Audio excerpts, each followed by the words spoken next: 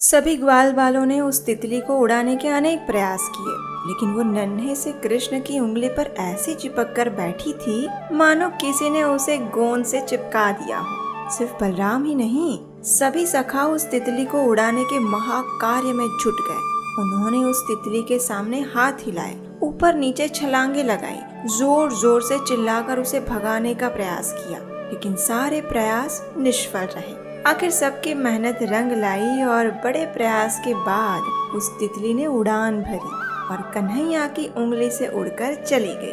अब वो तो चली गई, लेकिन उसके बदले कोई और आया, और अकेला नहीं, पूरा झुंड। और वो कौन है?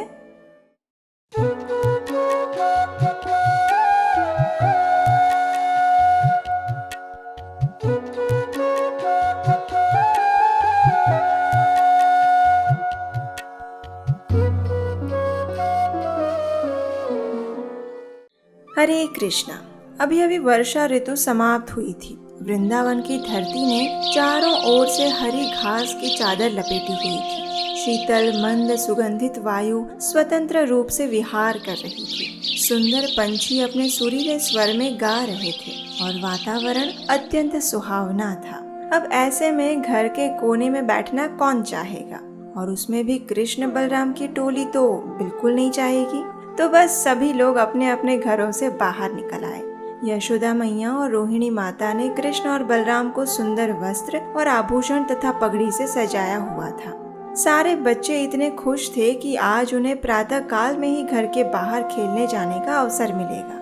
वर्षा के दौरान घर के अंदर बंद रहने के बदले आज वे सब अपनी प्रिय वृंदावन की हरी हरी घास पर कुश्ती करेंगे, पेड़ पर चढ़ेंगे, खूब सारे फल तोड़ेंगे और बहुत सारे खेल खेलेंगे। अपनी इस हर्षोल्लास की अवस्था को प्रदर्शित करते हुए वे सभी ग्वाल बाल बलराम और कन्हैया को बुलाने के लिए नंद भवन में एकत्रित हो चुके थे। वे सभी चारों ओर कूद रहे थे, जोर जोर से हंस रहे थे, बातें कर रहे थे, और ऐसा लग रहा था मानो आज उनके लिए कोई बहुत बड़ा त्योहार का दिन हो। इस प्रकार कृष्ण बलराम और उनके सखाओं की टोली जैसे नंद भवन के द्वार पर पहुंची तो एक बड़ी विचित्र और मजेदार घटना घटी। जी हाँ, ऐसा नहीं है कि वृंदावन में हमेशा सिर्फ असुर ही आते रहते हैं और सब भयभीत ही रहते हैं। नहीं नहीं, वहाँ ऐसी मजाक मस्ती भी बहुत होती रहती है। वैसे हमला आज भी हुआ था, लेकिन आज ये हमला किसी असुर ने नहीं, अपितु नन्ही सी तितली ने किया था। जैसे कृष्ण बलराम और उनके सखाओं ने बाहर जाने के लिए द्वार खोला तो एक सुंदर नन्ही सी केसरी रंग की तितली उस द्वार से अंदर घुस आई। वो दिखने में इतनी सुंदर थी कि कृष्ण बलराम सहित सभी बच्चे उसकी ओर आश्चर्य से देखने लगे। उस तितली ने भी इस महाजनों की टोली को देखा। उसने इन सभी की प्रदक्षिणा की और फिर आराम से बैठ गई। जानते हैं कहाँ? बलराम जी की पगड़ी पर। अब उसे क्या पता था कि ये कौन सी जगह है। उसे तो लगा होगा कि ये सुंदर रंग बिरंगे फूल है, तो बस यही सोचकर उसने तो अपना आसन जमा दिया बलराम जी के सिर पर। अब ये देखकर 3 वर्ष के नन्हे से बलराम को बड़ा आश्चर्य हुआ और डर भी लगा। आखिर पहली बार उन्होंने ऐसे किसी जीव को देखा था, और वो भी सीधा उनके सिर पर आकर बैठ गया। हाँ हाँ, ठीक है, भले ही वे शेषनाग बनकर पूरी पृथ्वी को अपने सिर पर धारण करते हैं, लेकिन फिर भी ये तितली थी, और वो भी वृंदावन की तितली। तो ये देखकर बलराम जी तो बस स्तंभित हो गए। ना तो वे हिले, ना वे डुले। अब सभी ग्वाल बालों को भी लगा कि अरे, ये तो बहुत बड़ी समस्या आ गई। बलराम को इस तितली के संकट से कैसे बचाया जाए, सभी सोचने लगे। ऐसे में उनके तो एकमात्र आश्रय स्थान और नेता है कृष्ण। और जब कृष्ण ने ये देखा कि एक नन्ही सी तितली ने उनके दाऊ भैया को संकट में डाल दिया है, तो वे तुरंत क्रोधित हो गए। वे तितली से गुस्से में आकर कहने लगे, अरे ओ नन्ही सी तितली, तेरी हिम्मत कैसे हुई मेरे दाऊ भैया के सिर पर बैठने की? तुझे नहीं पता है क्या कि मेरे दाऊ भैया इस पूरे वृंदावन के राजा है, राजा। और तू नन्ही सी चुटकी तितली होती कौन है, राजा की पगड़ी पर बैठने वाली? चल उतर जा यहाँ से, भाग जा, भाग यहाँ से। ऐसा कहते हुए कृष्ण अपने नन्हे से हाथ और छोटी छोटी उंगलियों से उस तितली को उड़ाने का प्रयास करने लगे। सभी ग्वाल बाल भी कृष्ण का उत्साह बढ़ाने के लिए उसके सुर में सुर मिलाने लगे।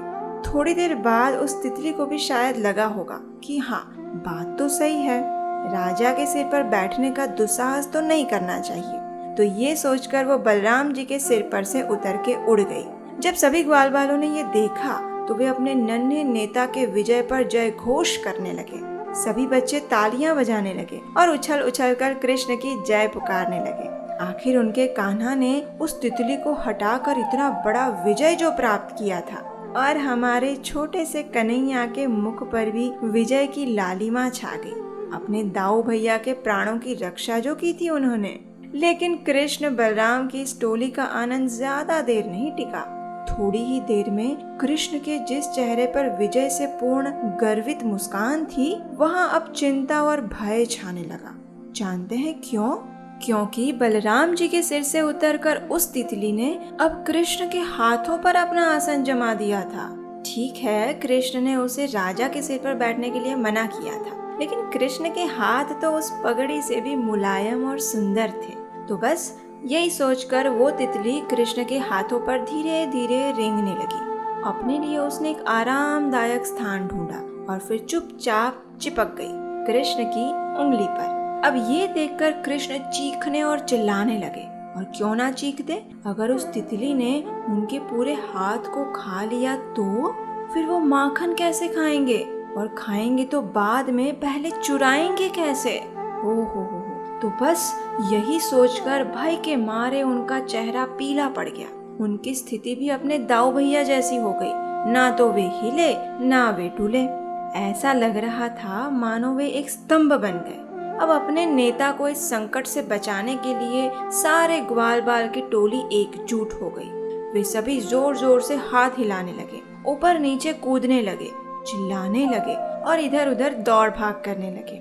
लेकिन कोई परिणाम नहीं आया। वो तितली तो आराम से कृष्ण के हाथ पर बैठकर आनंद ले रही थी, और उतनी देर में जो हुआ उसकी कल्पना किसी ने भी नहीं की थी। पता नहीं कहां से, लेकिन एक बहुत बड़ा तितलियों का झुंड उस कमरे में आ गया। एक नहीं, हजारों लाखों तितलियां, सुंदर, रंग बिरंगी, छोटी और बड़ी, अनेकों तितलियों की मानो बाढ़ आ गई। उन सब का पूरा झुंड वहां उमड़ पड़ा। वे सभी कृष्ण, बलराम और उनकी टोली के आसपास प्रदक्षिणा करने लगे, और फिर धीरे धीरे करके सारी तितलियां सिर्फ कृष्ण नहीं अपितु बलराम और उनके सभी सखाओं के शरीर पर जाकर बैठ गई। ऐसा लग रहा था मानो कृष्ण बलराम की पूरी टोली ने तितलियों की चादर लपेटी हुई थी। और बस ये देखकर सारे बच्चे डर के मारे जोर जोर से चीखने लगे, मानो कोई असुर से अपने प्राणों की रक्षा करने के लिए कृष्ण को पुकार रहे हो। लेकिन यहाँ तो स्वयं कृष्ण भी चिल्ला रहे थे, मैया, बाबा, कोई तो आओ हमें बचाने के लिए, ये तितलियां हमें मार देगी, जल्दी से आओ, कोई हमारे प्राणों की रक्षा करो। इन सभी की ऐसी चीख चिल्लाहट सुनकर माता रोहिणी और यशोदा वहाँ आ गए। जब उन्होंने अपने पुत्रों की ऐसी स्थिति देखी तो वे भी घबरा गई और उन सभी तितलियों को हटाने का प्रयास करने लगी। और फिर जानते हैं क्या हुआ? कुछ भी नहीं हुआ। हाँ, वही तो कह रही हूँ, कुछ भी नहीं हुआ। वो तितलियां जाकर यशोदा मैया और माता रोहिणी के ऊपर भी बैठ गई। अब देखिए, एक बार जो कृष्ण बलराम की शरण में चला जाए, वो भला वहाँ से कैसे दूर हो पाएगा, बताना जरा। तो बस तितलियां भी नहीं गई, और आप भी कहीं मत जाइएगा, क्योंकि बस कुछ ही दिनों में सबसे पहले हमारे प्यारे दाऊ भैया यानी बलराम जी का आविर्भाव दिवस आने वाला है। और वो दिन है 31 अगस्त 2023, बलराम पूर्णिमा का दिन। तो आज से लेकर बलराम पूर्णिमा तक हम आपके लिए प्रतिदिन बलराम जी की एक ऐसी मधुर लीला लेकर आएंगे। तो अगर अभी तक आपने इस चैनल को सब्सक्राइब नहीं किया है तो ज्यादा सोचिए मत और जल्दी से सब्सक्राइब कर लीजिए। इससे आपका नुकसान नहीं, लाभ ही होगा।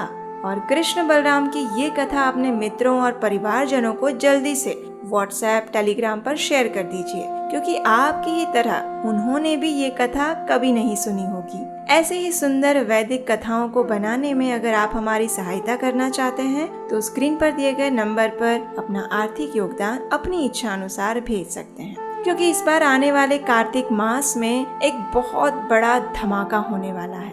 ऐसा धमाका जो आपको और आपके बच्चों को आनंद प्रदान करेगा और कृष्ण भक्ति की एक अलग ही दुनिया में लेकर जाएगा। तो इस कार्य में जितना भी संभव हो अपना सहयोग अवश्य दीजिए और हम आपसे मिलेंगे बहुत जल्द हमारे आदि गुरु बलराम जी की एक अन्य रोचक लीला के साथ, यहीं पर आपके अपने चैनल उपदेशाष्टकम पर। हरे कृष्णा।